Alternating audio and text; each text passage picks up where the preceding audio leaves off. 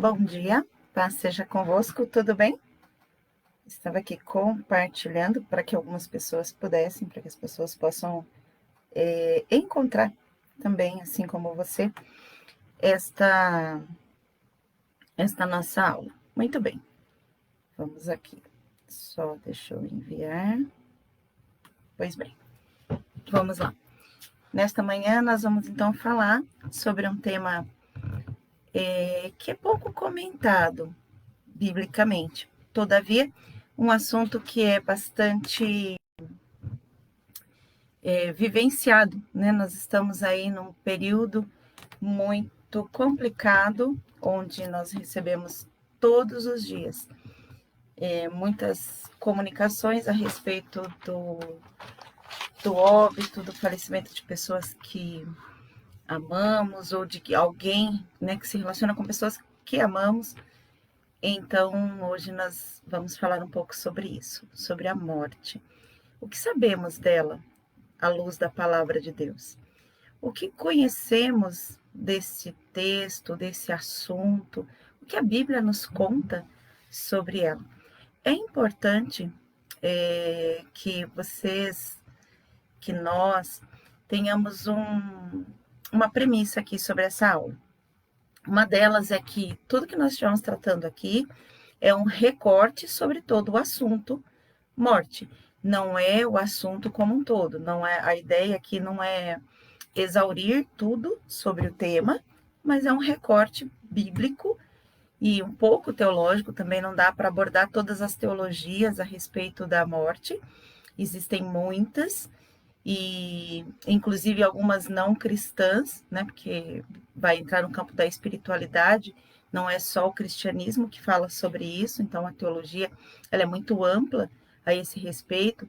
Então, existem aspectos filosóficos, bíblicos, éticos, bioéticos, da medicina, os aspectos jurídicos sobre a morte. Existem as diversas teologias, como eu comentei, as não cristãs, inclusive, sobre como outras religiões lidar com esse assunto e em vários fatores, né? Tanto da questão da alma, do corpo e do espírito, ele passa, né? A questão da morte, ela perpassa ali pela teologia da parte da antropologia, que é sobre o homem, e vai para os últimos eventos, para a escatologia, onde vai falar da morte e o que vem após a morte. Então, nesta manhã, para juntos aqui estudarmos, eu quero primeiro orar com você e depois, então, nós entrarmos mais propriamente dito nesse assunto. Seja bem-vindo, tem aí conosco o pastor Marcos, a Karina, a Tânia, o Michael. Paz, bom dia, nem todos eu consigo ver aqui que estão presentes, mas a vocês que estão aí, muito bom dia, que Deus vos abençoe e que Deus nos dirija nesse assunto tão importante, tão especial, tão diferente, ok? Graças a Deus, bondoso Deus e eterno Pai, muito obrigada, Senhor, por esta manhã, por este dia. Muito obrigada, Senhor, por tua graça bendita, santa e eterna. E neste dia, Senhor, nesta hora, verdadeiramente eu quero pedir ao Senhor que fale conosco de uma forma muito simples e muito especial, mas que também trabalhe, Senhor, em nosso coração, trazendo valores e princípios que a tua palavra tem para nós, e que destes princípios, Senhor, nós estejamos aí verdadeiramente, ó Deus, nos louvando, nos praticando, nos trazendo como valores, e verdadeiramente que isso seja para nós como princípios de vida, princípios eternos. É no nome santo de Jesus que eu assim quero orar e também te agradecer. Amém. Louvado seja Deus.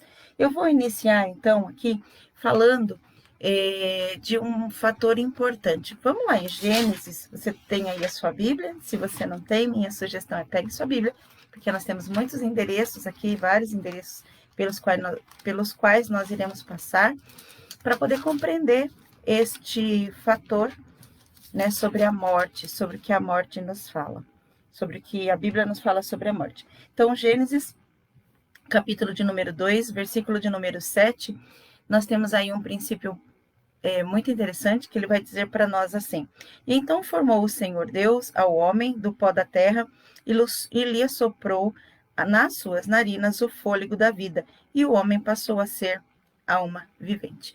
Não dá para falar da morte sem falar da vida inicialmente. Quando nós olhamos para esse texto, na criação e na formação do homem, nós vamos ter aí uma informação muito importante, que é o homem formado de maneira que ele tem duas partes.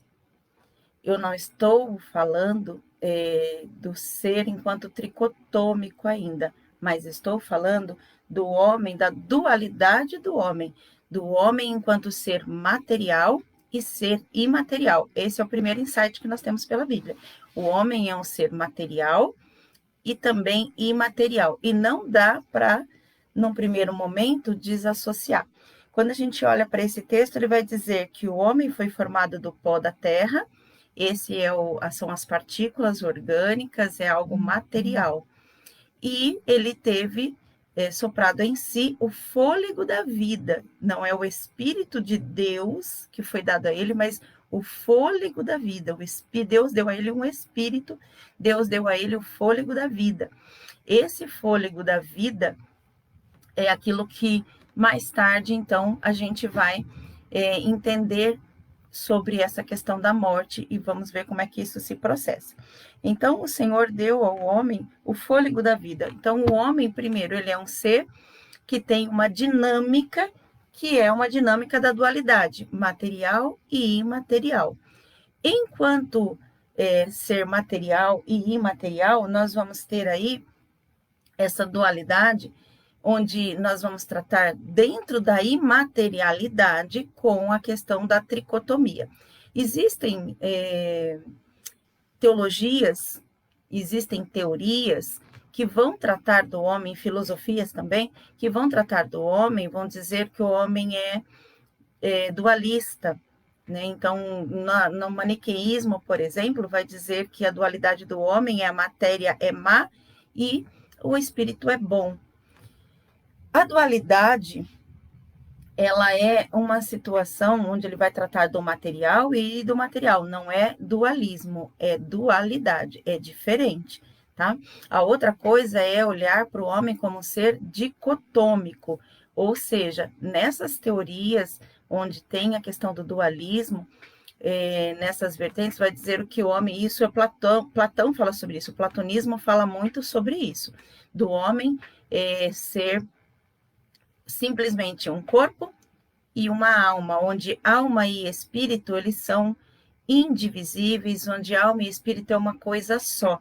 Existem teorias materialistas que vão trabalhar sobre isso e vai dizer, por exemplo, que não existe uma alma sem que haja um corpo. Quando o corpo morre, também morre a alma, também morre o espírito.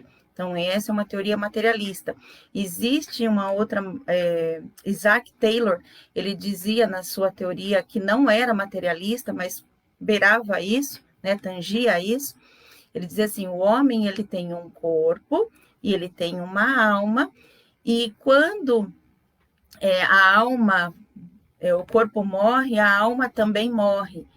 Porém, ainda tem o espírito que volta para Deus. Então, são muitas teologias e muitas teorias sobre isso, e nós vamos olhar aqui para elas. O homem, ele é um ser tricotômico, em 1 Tessalonicenses, capítulo 5, versículo de número 23, vai trazer essa informação para nós, do homem enquanto ser tricotômico, onde a palavra nos ensina que o homem, nós devemos ter uma integralidade diante de Deus, alma, corpo e espírito, portanto, nós estamos falando de um ser tricotômico.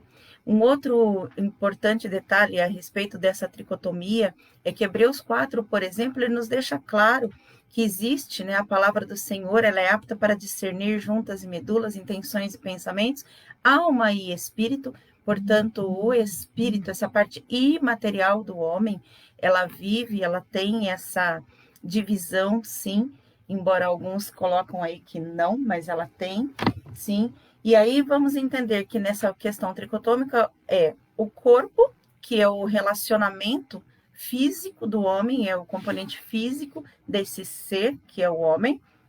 Nós temos a parte da alma, que é o ser pensante, e por isso, quando aqui no texto nós vimos que o Senhor, ao soprar sobre o homem, trouxe vida e fez do homem alma vivente. Então, a alma e o fôlego de vida está nesse homem, e tem a parte do espírito. E aí, alguns textos bíblicos, por exemplo, como Eclesiastes, capítulo 12, também vai reforçar essa informação do homem material e imaterial. E nós vamos aqui entender que existem muitos textos bíblicos que vão trazer para nós a respeito desse relacionamento de Deus com o homem através do seu Espírito. Então, um dos textos vai estar lá em Zacarias, capítulo 12, versículo 1, que vai dizer que Deus é quem cria a alma, né? Deus é aquele que dá a alma, que ele forma o espírito do homem. Perdão, não é alma, é o espírito. Deus é aquele que forma o espírito do homem. Ali em Jó, ele vai dizer, Jó capítulo de número 10, vai dizer que Deus preserva o espírito do homem. Jó 34:4 vai dizer que a existência do homem está sob o domínio de Deus. E Ezequiel, capítulo de número 37, nós temos aí o relacionamento entre Deus e o homem. Nós vamos ver que aquele exército, aquele grupo de pessoas que antes eram ossos secos, passou a ser alma vivente, passou a ter espírito, porque o espírito foi soprado sobre eles. Então, quando a gente fala de vida, nós temos aí a questão da vida, que é chamada vida biológica, a vida bios, que é a vida biológica, e nós temos a vida zoe, que é a vida espiritual. O homem, como ser vivo, ele é um ser que tem, portanto, a dualidade material e imaterial. Quando nós olhamos para esse texto, é importante a gente lembrar que nós não estamos falando aqui da alma e espírito enquanto um, nós não estamos falando de tricotomia, nós estamos falando de ser material e imaterial. O homem tem essas duas questões. Quando a gente fala de morte, existem alguns tabus, existem algumas preocupações. As pessoas falam assim, mas vai falar de morte, um assunto tão mórbido, é algo tão ruim, a morte atrai, falar de morte atrai morte. Existem muitos tabus, e o homem, na sociedade atual, ele tem esse detalhe de querer afastar, né, esse assunto morte. Nós vamos falar um pouquinho sobre isso. Por que que as pessoas têm o medo da morte? Por que que não se fala muito sobre isso? Por que que é um assunto que as pessoas evitam? E nós vamos ver que é uma questão aí muito ligada à parte cultural que nós temos hoje vivido. Mas as escrituras falam para nós de 3 tipos de morte. A escritura vai trazer para nós sobre a morte física, a morte espiritual e a segunda morte. Então, ela vai tratar conosco sobre essas três partes. Nós vamos conseguir falar de tudo isso hoje? Não, nós vamos falar de uma parte. Existe o chamado estado intermediário, quando a gente fala sobre morte, que hoje a gente não consegue abordar, porque ele tem muitas coisas dentro do estado intermediário. Então, hoje nós vamos falar principalmente sobre a morte física e a morte espiritual, ok? Então, falando aí sobre a morte física e espiritual, o primeiro conceito que nós vamos trazer é falar da morte. O que é morte, afinal? Morte, a palavra morte, ela no latim tem essa mesma colocação, morte. Acontece que a palavra morte no latim, vamos aqui posicionar, significa fim, significa término. Quando a gente traz ou a gente observa esta palavra lá no grego, essa palavra no grego é chamada de tânalo. E o tânalo no grego significa também final ou extermínio, final da vida. E quando a gente vai para o hebraico, como é que a gente vê? Qual o significado da palavra morte no hebraico? O significado da palavra morte no hebraico é separação. Olha isso. Então, quando a gente pensa nisso, que a morte é uma separação, a gente já começa a pensar enquanto processo do homem ali com Deus. Deus criou o homem, fez dele a parte material e imaterial, através do pó e do fôlego da vida, e Deus tinha um relacionamento com ele todos os dias no jardim. Quando a gente vai para Gênesis capítulo 3, temos que o homem, então, ele pecou. Nós não vamos entrar na seara aqui de falar de que maneira foi esse pecado, as vertentes do pecado, nem tampouco sobre o proto-evangelho, mas nós vamos entender que o homem pecou, e naquele momento em que Deus voltou ali, ou Deus foi passear no jardim, como diz o texto bíblico, na viração do dia, ele buscou pelo homem, ele procurou este homem, e ele não, a preocupação não era perguntar ou saber o que o homem havia feito, mas onde ele estava. E o homem ali, ele estava escondido no jardim, porque ele entendeu que Deus estava vindo e que a sua condição diante do homem agora era uma condição, diante de Deus, era uma condição diferente. Então, quando a pessoa morre aqui na nossa história, na nossa cultura, nos dias de hoje, o atestado é lavrado, né, um atestado de óbito, é lavrado um atestado onde vai dizer assim, olha, a causa da morte foi. E essa causa mortes, ela vai ter aí para nós o entendimento de que a vida chegou ao seu final, ou de que a possibilidade da continuidade daquela existência chegou ao fim. Mas aí nós estamos falando do quê? De uma morte física. Então, a medicina, que tem ali a sua ética, que tem ali os seus graus de conhecimento e entendimento, vai trazer para nós de que a morte física, ela tem uma causa, ela tem a sua razão, uma falência, por exemplo, dos órgãos, ou enfim, não vamos entrar nessa seara para falar do que foi a causa, até porque não é o mérito, mas existe ali uma definição. Aquele corpo, ele não tem mais condição de permanecer ou de continuar. No entanto, a questão da parte imaterial, ela vai seguir.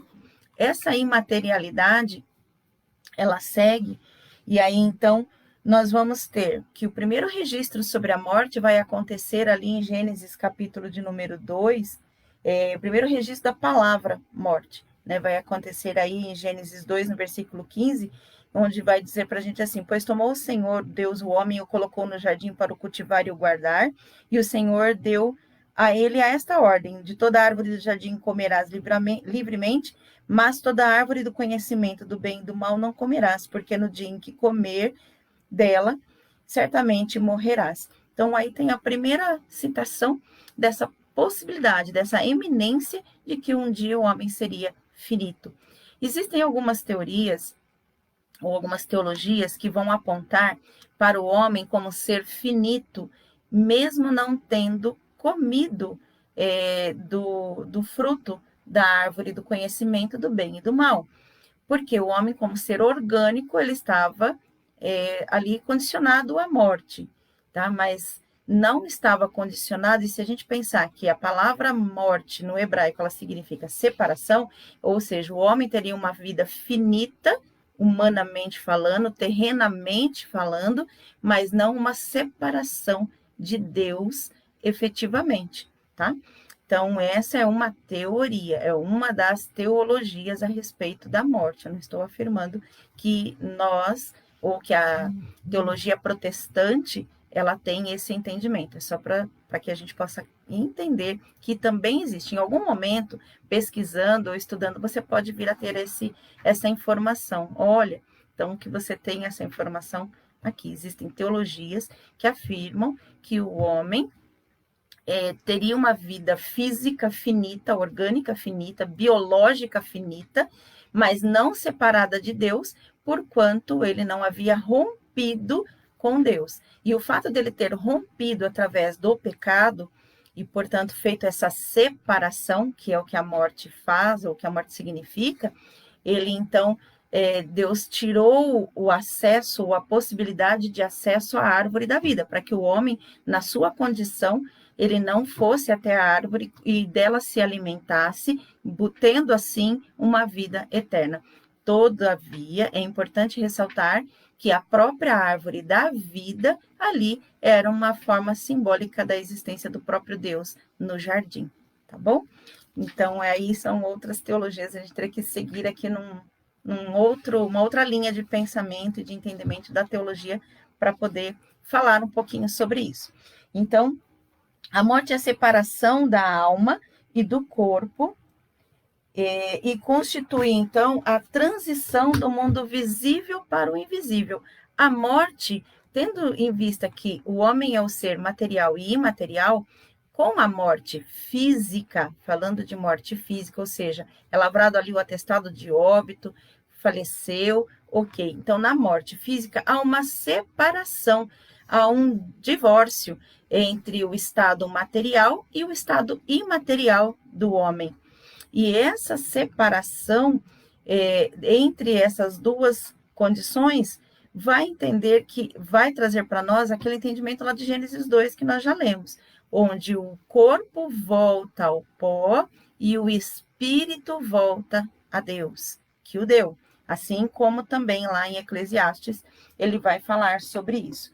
Todavia, o homem, ele tem, a palavra de Deus vai dizer para nós, que lá em Eclesiastes capítulo de número 3, que Deus colocou a eternidade no coração do homem.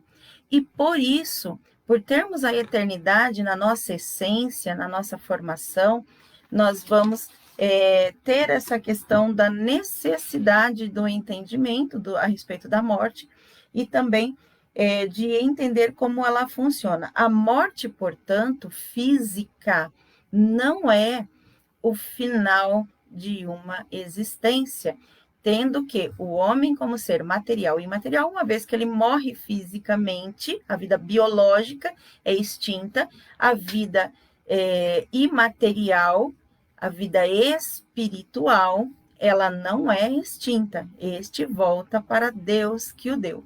Como que é esse retorno? Em que lugar vai ficar? Como é que funciona isso? Nós vamos ver num segundo momento. Mas aqui, olhando a morte física, ela é o final da existência humana, orgânica, biológica, mas não o final da vida espiritual, da vida zoe. Tá? Não é o final da existência, mas é uma mudança, portanto, no estado da existência do homem. A morte não é o final da existência, mas uma mudança no seu estado de existência.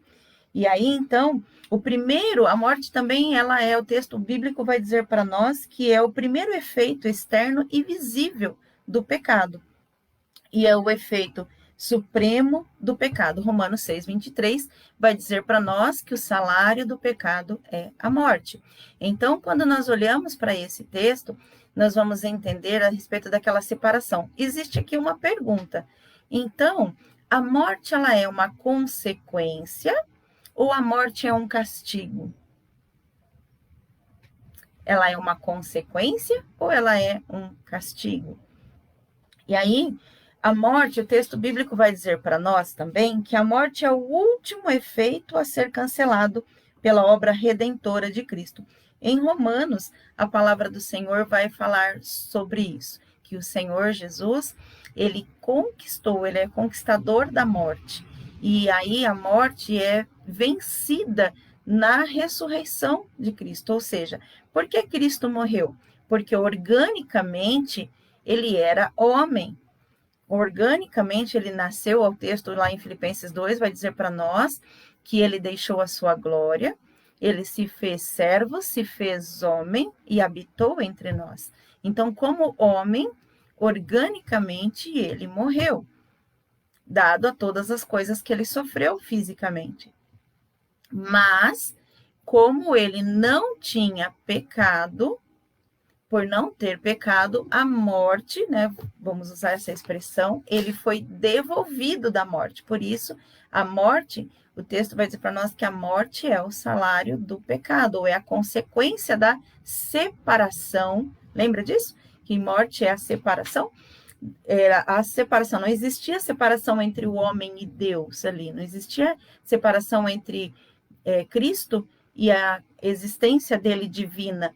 Então, por não haver pecado, a morte, na consequência, né, que essa morte, que essa separação, ela não podia permanecer. Por conta disso, ele não permaneceu morto, ele voltou à existência. Quando nós falamos disso, nós vamos pensar em, existem as questões de outras teologias, das teologias não cristãs, a respeito da reencarnação, por exemplo, né, que não é aquilo que nós, enquanto cristãos, cremos. Nós cremos na ressurreição e não na reencarnação. Então, Cristo, e aí nós vamos mais à frente falar sobre essa questão da ressurreição do homem no estado intermediário e da ressurreição como num outro momento, né, na questão escatológica, dentro da teologia da escatologia, e nós vamos entender um pouquinho mais a esse respeito. Mas Cristo conquistou a vida porque ele também conquistou a morte. Cristo, ele, na verdade, por não ter pecado, ele não tinha a consequência da morte ou da separação eterna com Deus, ok? Então, Romanos capítulo 5, versículo 12 vai trazer isso para nós. E em 1 Coríntios, capítulo 15, o texto bíblico vai falar muito sobre esse assunto, né? E nós vamos ter que a morte expiatória de Cristo e a sua ressurreição trouxeram a vida. E eu quero abrir lá em 1 Coríntios 15, a minha Bíblia juntamente com você, para junto aqui vermos sobre esse aspecto. 1 Coríntios, capítulo 15, é um texto que fala bastante a esse respeito, sobre a questão da morte. 1 Coríntios, capítulo de número 15, o versículo de número 26, ele vai trazer para nós que o último inimigo a ser destruído é a morte, porque todas as coisas Cristo sujeitou debaixo dos seus pés. E quando diz que todas as coisas lhe estão sujeitas, certamente exclui aquele que tudo lhe subordinou. Quando, porém, todas as coisas lhe estiverem sujeitas, então o próprio Filho também sujeitará àquele que todas as coisas lhe sujeitou, para que Deus seja tudo em todos. Ou seja, Cristo conquistou, através da sua morte expiatória e através da sua ressurreição, a reconciliação do homem com Deus. Não física, mas espiritual. Então, a morte física é a cessação da vida biológica, mas não é o final da existência do homem em si, da pessoa, né, do ser humano em si. A morte na Bíblia, ela é descrita como tornar ao pó, como lá em Gênesis 3. Também ela tem outras figuras que aparecem na Bíblia que vai definir, ou vai designar, ou vai ser chamada de morte. É usada, por exemplo, o termo dormir, lá em João 11, nós temos a passagem de Lázaro, onde Jesus diz assim que aquele estado de Lázaro é para a glória de Deus, mas que ele não estava morto, ele simplesmente dormia, né? Essa morte ou essa enfermidade é para a glória de Deus, e ele dorme, né? E até a questão ali com as irmãs, falou assim, eu sei que ele vai ressurgir no último dia, e ela não estava muito bem entendendo aquilo que que Jesus estava ali tratando. Em 2 Coríntios 5 vai dizer que a morte ela vai ser chamada de desfazimento da casa terrestre ou do tabernáculo. Deus despedindo a alma, está lá em Lucas capítulo 12. Vai ser chamado também de seguir o caminho, lá em João 16, 22. Descer ao silêncio é chamado no Salmo 115. Expirar em Atos 5 e fugir como sombra em Jó 14. O partir é chamado de partir em Filipenses 1, 23. E também o Salmo 116 vai dizer que a morte dos santos ela é preciosa aos olhos de Deus. Jesus, portanto, ele conquistou a morte porque ele não tinha pecado. E o pecado é aquilo que faz separação. Isaías 59 vai dizer para nós que os nossos pecados fazem separação entre nós e o nosso Deus. Sendo, então, que a morte tem esse significado de separação, como não há, quando não há o pecado, não há separação e, portanto, não há a morte diante do Criador, né? Diante do Senhor. O estado de existência da morte espiritual, ela não vai acontecer. A morte física é a falência do corpo físico, mas não é, portanto, o final da existência do homem. Eu costumo falar muito a esse respeito, até para uma forma de ilustrar, às vezes em ofício fúnebre, eu uso a figura do navio. Quando uma pessoa parte, ela não está mais aos nossos olhos, mas a sua existência permanece. Como quando nós estamos, por exemplo, numa praia e nós vemos um navio passar. O navio passa e ele vai mar adentro e chega um momento que nós não conseguimos mais vê-lo. Não significa que ele não existe mais, só significa que nós não conseguimos mais vê-lo. Ele não, agora não está mais aos nossos olhos, mas ele está lá, em uma outra área, em um outro lugar onde nós não enxergamos, mas ele está lá. Então, portanto, a existência do homem, a gente pode usar isso como uma ilustração. Quando ele morre fisicamente, ele só não está mais aos nossos olhos, mas a sua existência não deixou de estar, né? Ele só mudou o estado, a sua forma de existência, ok? Por que nós temos medo da morte? Por que as pessoas têm medo da morte? Porque existe tanto tabu a respeito da morte. Então, falando sobre morte física, e as pessoas quando falam assim, quando a pessoa morrer, claro, esse estado da separação causa dor, causa em nós essa tristeza, o luto, exatamente porque amamos as pessoas e por não termos mais essa conexão diária, onde nós não podemos mais ter ali o contato, a conversação, a continuidade desse relacionamento que temos hoje, que isso é feito por meio do corpo, pela via do corpo e por todas as atribuições que nós temos dentro dele. Então, é esse estado que nos causa a dor. E Deus sabe e conhece isso perfeitamente. Agora, por que que as pessoas têm medo da morte? Por que que temos medo da morte? Será que é porque não estamos preparados para ela? Será que é porque não conhecemos exatamente sobre isso? Nós vamos ter aí que uma das coisas que nos remete, ou remete as pessoas ao medo da morte, é a sensação, é o sentimento de condenação. É um dos fatores e um dos principais fatores que levam o homem a ter medo da morte. Porque se o salário do pecado é a morte, ou seja, a consequência do pecado é a morte física e, portanto, espiritual, porque há uma separação não só das pessoas com quem nos relacionamos aqui, mas também de Deus. Então, essa é uma dos primeiros fatores que nos conduz os homens ao medo, a questão da condenação. Um outro fator que remete o homem ao medo da morte é o sentimento de perdas.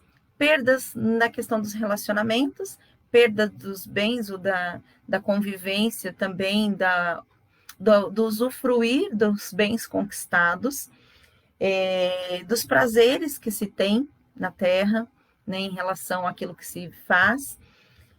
Um outro sentimento, uma outra situação que remete o homem ao medo da morte é referente à sua incerteza, porque o que virá depois, quando aqui se fechar, e vamos pensar que quando fechar os nossos olhos fisicamente, a nossa vida biológica cessar, abrirão-se os olhos para uma outra realidade. A vida terrena, a vida humana, a vida biológica, a vida na qual hoje estamos, e esse momento no qual nós estamos, ele é um capítulo da nossa existência. Não é uma existência como um todo, é um capítulo da nossa existência. Quando este capítulo se encerrar, abrirá um novo capítulo. E esse capítulo vai para a eternidade, contará toda uma história, viveremos numa história eterna, né? Viveremos uma eternidade, não são capítulos de alguns dias. Pensando sobre isso, existe o o sentimento, o viés de compreensão a respeito do tempo da nossa vida. Nossa existência, ela é aqui limitada a 100, 120 anos, né? No máximo 100 anos, né? Vamos pensar que o homem viva 120 anos, mas a vida eterna, e a ideia da palavra eternidade aí vem de Aion, ou seja, viverá eternamente. Ali a história será muito diferente e a palavra vai nos garantir algumas coisas muito especiais. Voltando aqui para o medo, o sentimento da incerteza daquilo que virá depois, a expectativa do juízo é outra coisa que remete o homem ao medo da morte. Diante de Deus responderemos por aquilo que fizemos, por aquilo que não fizemos, por aquilo que deixamos de fazer. Responderemos pelo uso dos dons, do tempo, do corpo, do talento, das oportunidades. E aí, então, eu convido você a estudar aí a respeito de mordomia cristã e o uso dos dons, do talento e de tudo que Deus te concede. E é um estudo muito especial, não muito usual. As pessoas hoje não praticam e não estudam a mordomia cristã. E esse é um aspecto cultural, inclusive da sociedade religiosa protestante cristã dos dias de hoje. O estudo sobre a mordomia é algo indispensável para nós. Então, essa expectativa de juízo, porque daremos conta para Deus de tudo que vivemos.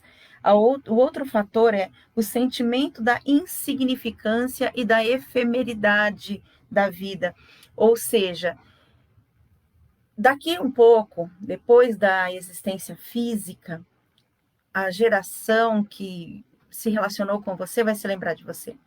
Daqui 4 gerações, 5 gerações, nem vai se lembrar quem você foi. Existem pessoas que viveram há muito tempo atrás e que fizeram coisas, enfim, nós sabemos da existência de todos que já passaram? Não. Então, essa questão, essa sensação da efemeridade da vida, ou seja, daquilo que eu fui, da minha memória, daquilo que era legal para mim, daquilo que me era importante, daquilo que eu curti muito, dos livros que eu pensei, que eu li, que eu escrevi, das coisas que eu pensei de uma forma geral. Então, assim, quando pensa-se nisso, poxa, daqui 100 anos, muitas pessoas nem se lembrarão da minha existência. Daqui 200 anos, nada signifiquei, né, para quem está ali vivendo aquele tempo. Então, essa efemeridade da vida remete ao homem ao medo da morte, porque o homem não quer ser esquecido, né? Ele é tendencioso e não quer ser esquecido. Um outro fator que nós vamos ter aí sobre o medo da morte é a questão da sociedade hoje enquanto medicina. A medicina remete ao homem ao medo da morte. Nós temos um desenvolvimento tecnológico da medicina, também da questão da medicação, das tecnologias, e buscando fazer com que o homem tenha cada vez mais tempo de vida, buscando com que o homem tenha possibilidade de viver mais anos. Outras áreas na questão da vida, como o tratar com a estética, mesmo a questão da saúde, a questão dos treinos. Então, buscam sempre dar ao homem maior qualidade de vida e mais longevidade. Isso deixa muito claro que o homem tem aí uma maneira de dizer assim, eu não quero morrer. Ainda que ele não declare isso, ele deixa claro, né, na sua forma de busca pela longevidade, que ele não quer morrer. Então, os aspectos culturais vão reforçando essa ideia de que o homem quer viver para sempre. Como eu comentei antes, nós temos dentro de nós a eternidade. Deus colocou no coração do homem a eternidade. Então, o homem pensa na eternidade como vida biológica e não como vida espiritual. E é por isso que esse é um dos fatores do medo também do homem. Então, nós vamos aí pensar que a medicina moderna contribui, né, ela em alta performance contribui. Aliás, existem algumas tecnologias que, uma delas é a criogenia, não sei se você já ouviu falar sobre isso. Na criogenia, o homem morre fisicamente, biologicamente, E aí, então, ele manda congelar o seu corpo, talvez, né, uma coisa muito pouco falada, ele congela o seu corpo para que, na esperança de que daqui a algum tempo, conforme o desenvolvimento da medicina, ele pode, e da tecnologia e da ciência, ele pode ter aí uma forma de voltar. Aí a gente vai pensar nessa criogenia, pensando no insight aí dos egípcios, por exemplo, que mumificavam os seus mortos no pensamento de que um dia ele retornaria àquele corpo. Então, é uma questão da ressurreição ali, ou da reencarnação ali, eles buscam, né, a questão da reencarnação, não da ressurreição, mas da possibilidade de que o homem volte à existência naquele mesmo corpo. Então, existe a criogenia, que hoje não é tão comentada, não é muito falada, mas é uma técnica que existe, caríssima, mas existe, e existem pessoas que investem nisso. Uma outra técnica que existe nessa questão do medo da morte, da preservação do corpo, é o que é chamado de transhumanismo. Há algum tempo, há muitos anos atrás, existia o homem biônico, a mulher biônica, né? Os que são mais jovens talvez não vão se lembrar disso, né, pastora Márcia? Não vão se lembrar disso, né, Marcos? Não vão se lembrar dessa história, mas existia aí o homem biônico, a mulher biônica. Depois existiram alguns filmes de ficção onde era a parte robótica do homem, né? O homem e algumas coisas dele ia falindo, morrendo, e ele era substituído ali por partes robóticas. E nós vamos vendo isso na medicina hoje, inclusive. Muitas coisas o homem vai substituindo por partes robóticas ou por partes mecânicas. Essa técnica, essa colocação é chamada de cadê o nome aqui? De transhumanismo, onde o homem vai ficando cada vez mais biônico. Hoje, claro, isso vai chegando aí para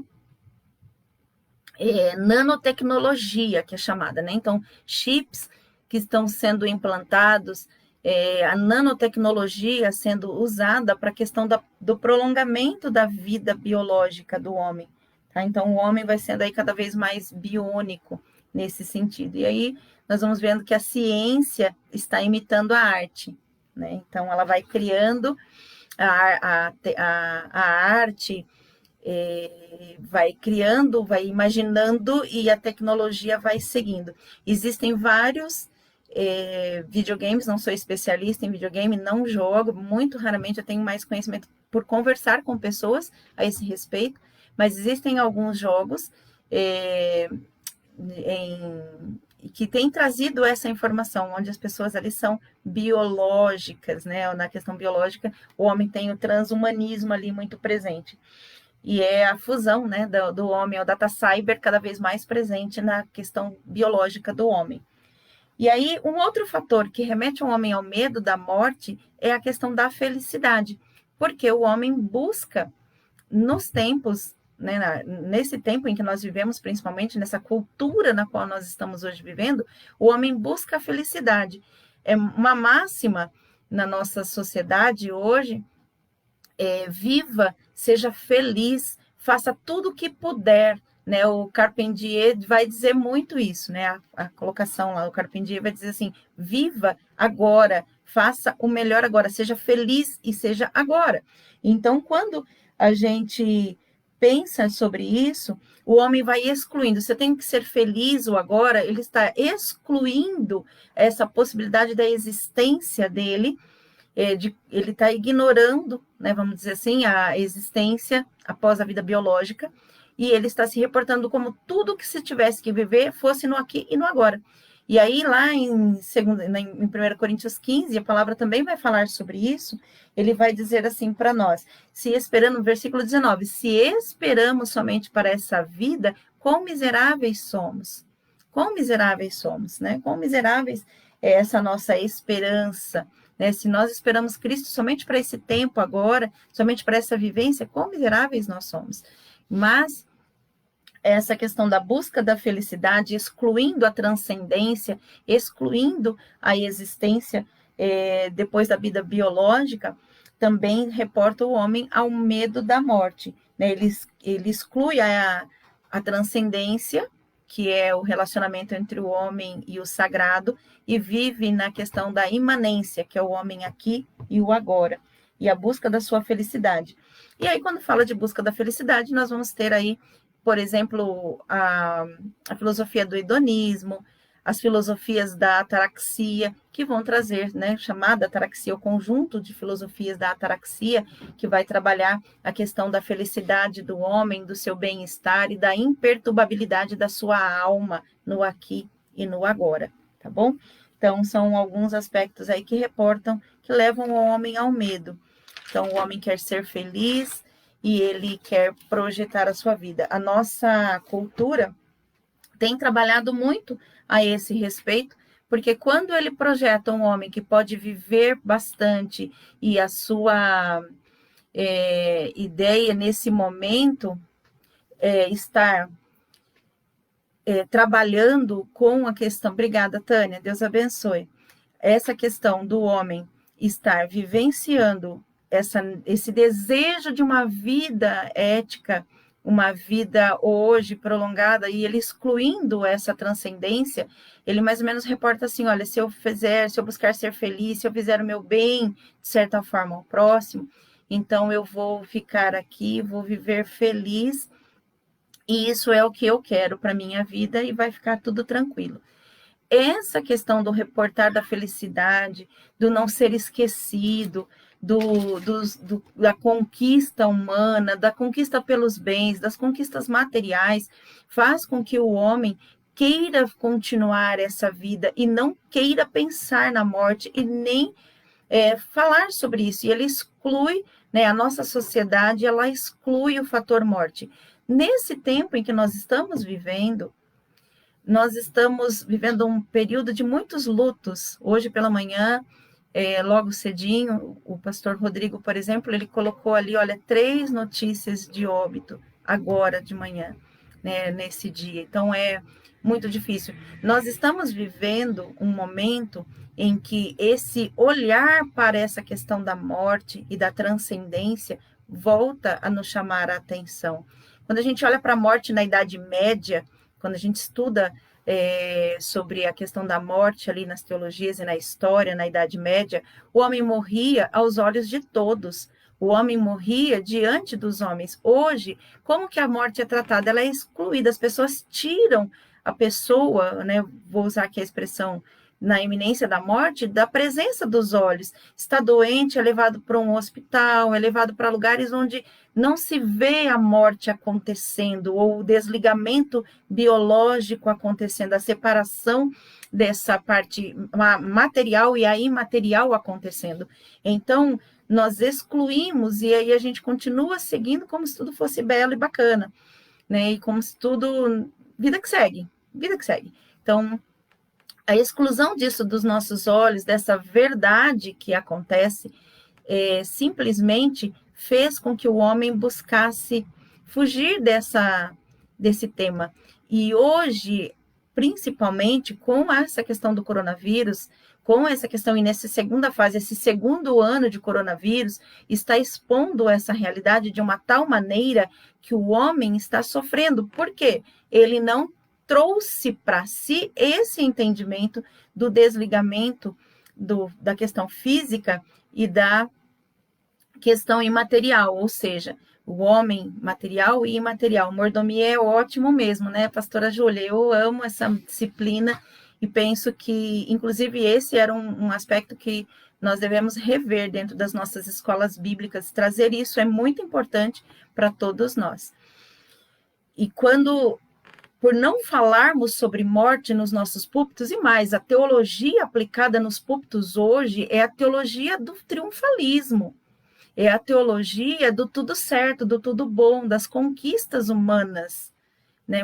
Muitas vezes, sim, pela pessoa de Jesus, pela autoridade e graça do Senhor, mas na teologia que é pregada nos nossos púlpitos, nós não falamos sobre essa questão da morte e do pecado que faz a separação entre o homem e Deus.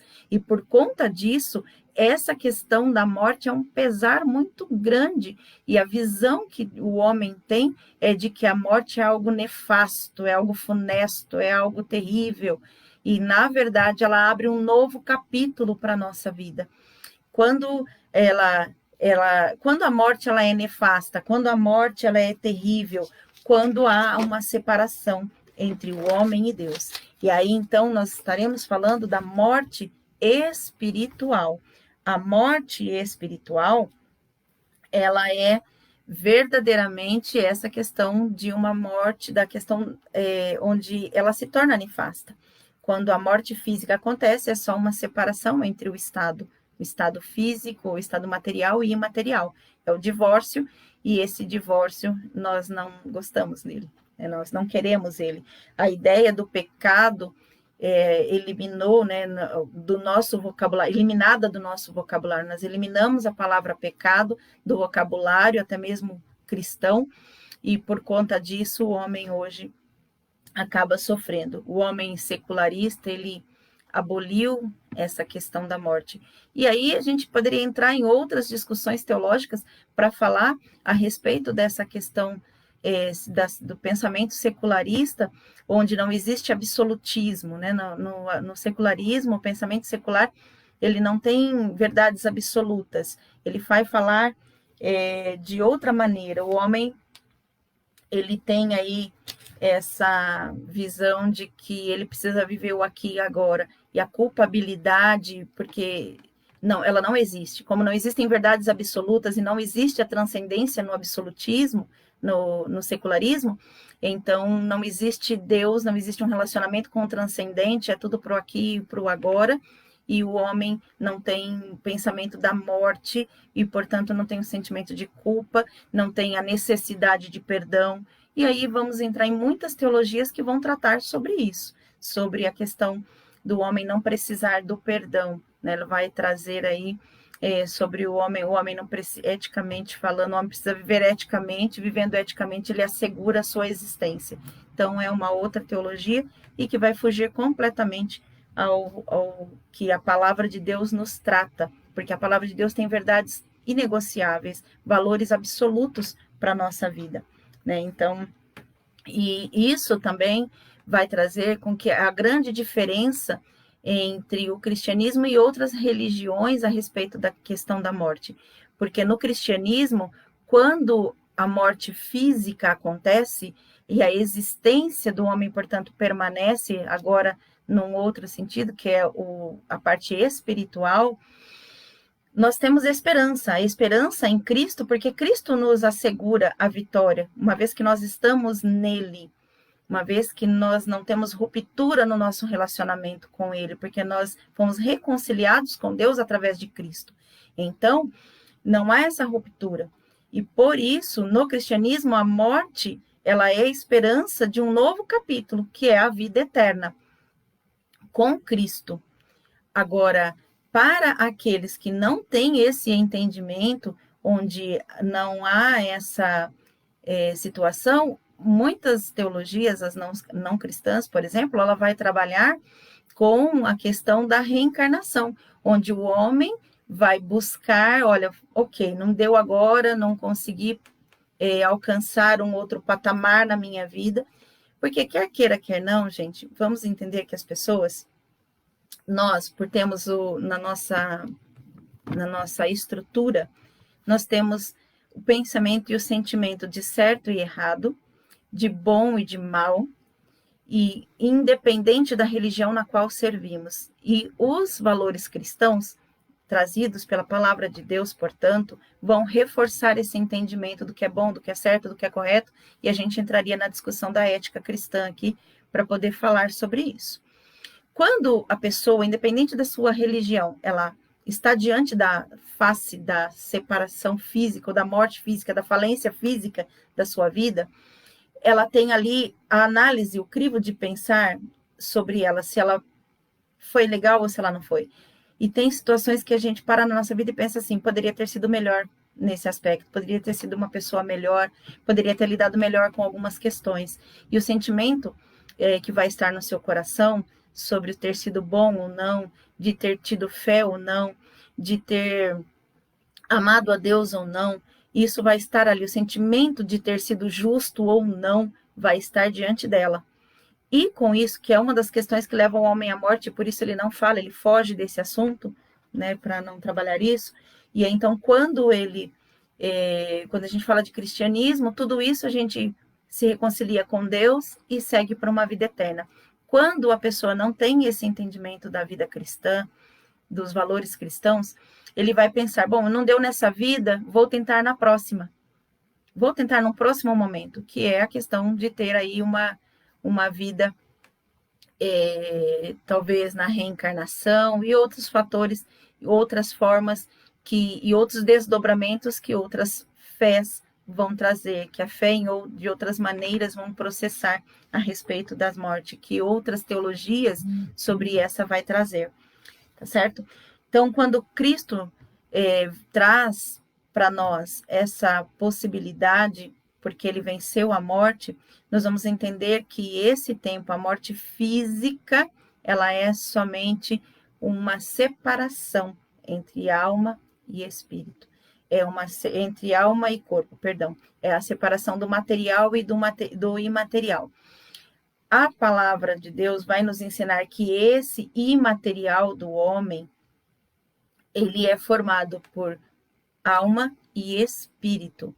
E a palavra vai falar para nós que esta parte material voltará para Deus, que o deu. Isso é importante.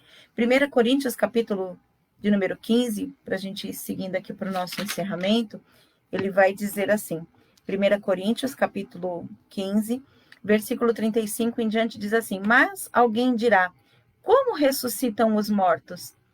E em que corpo vem? Insensato. O que semeias não nasce se primeiro não morrer. E quando semeias, não semeias o corpo que há de ser, mas o simples grão, como o do trigo, ou de qualquer outra semente.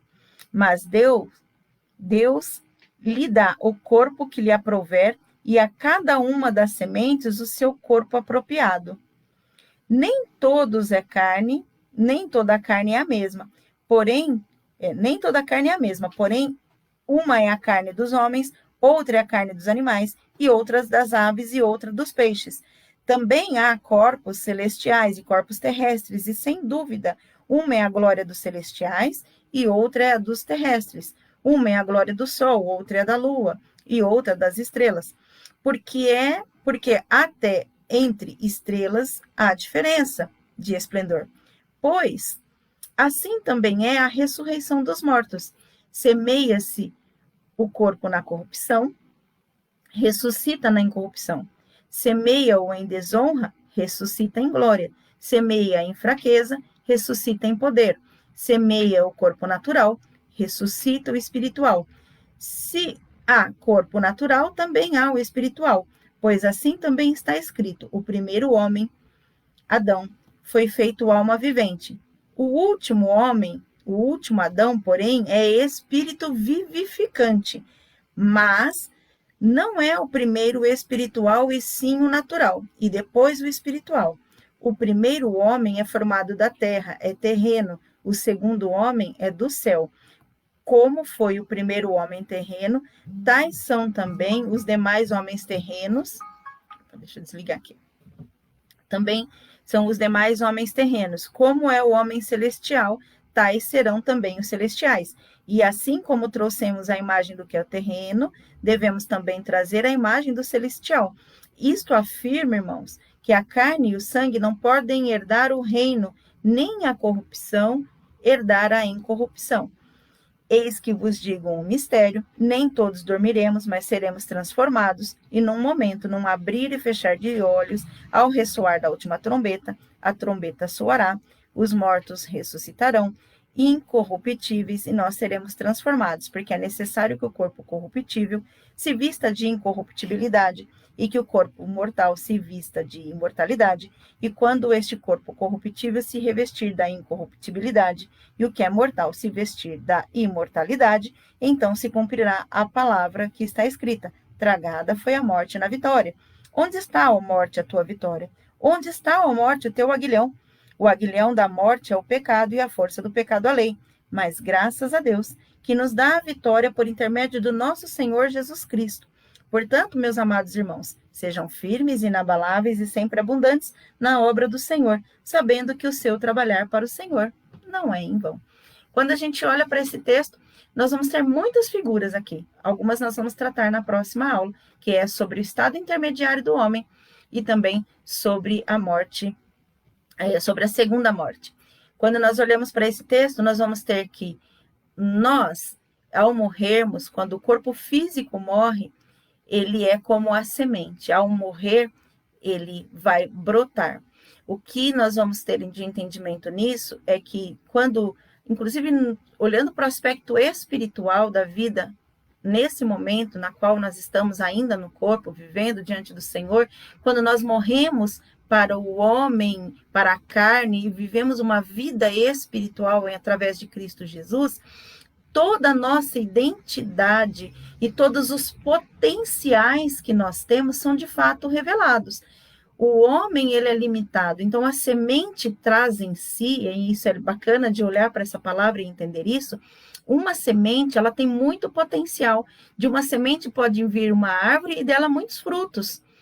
Quando, então, nós olhamos para essa figura, nós vamos ter que, quando a semente que somos nós morremos, vamos aí gerar abundantemente muito mais do que aquilo que nós podemos produzir enquanto pessoas, na nossa carnalidade. Quando morremos fisicamente, carnalmente falando, e nascemos espiritualmente, há muito mais potenciais e revelamos muito mais a bondade, a graça e as virtudes do Senhor do que humanamente falamos. Por isso, nesse texto, quando Paulo está falando sobre isso, ele está falando, claro, de estarmos vivendo espiritualmente, ainda que num corpo humano, físico, material, biológico, como hoje nós temos, mas também que aquilo que nós fazemos hoje por meio do corpo será relevante, será eterno e vai estar aí diante de Deus.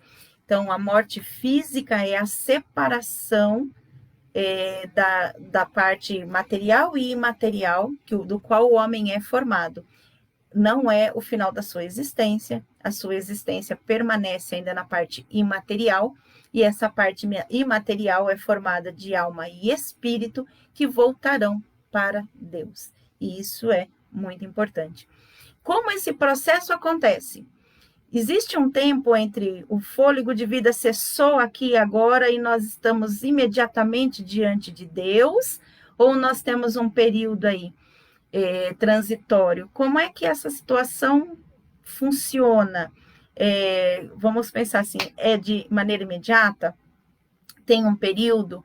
Existe aí 7 dias, como alguns colocam?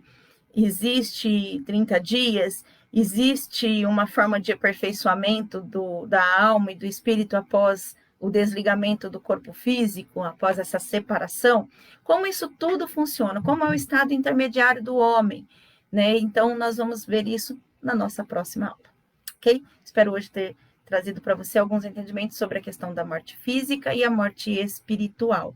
A morte espiritual é quando o homem, de fato, ele não tem o relacionamento dele com Deus. Mas na próxima aula nós vamos reforçar também esse conhecimento, tá bom? Eu quero orar com você e agradecer pela sua participação e desejar que você tenha um excelente dia. Nesse tempo em que nós estamos vivendo muitos lutos por conta, e nós vamos falar do luto, inclusive, dessa questão por conta da Covid ou não, então, por outras situações, por outras enfermidades, é importante que nós tenhamos a palavra da vida para dar ao homem a esperança que ele nos assegura através da sua garantia, através da sua conquista lá na cruz do Calvário.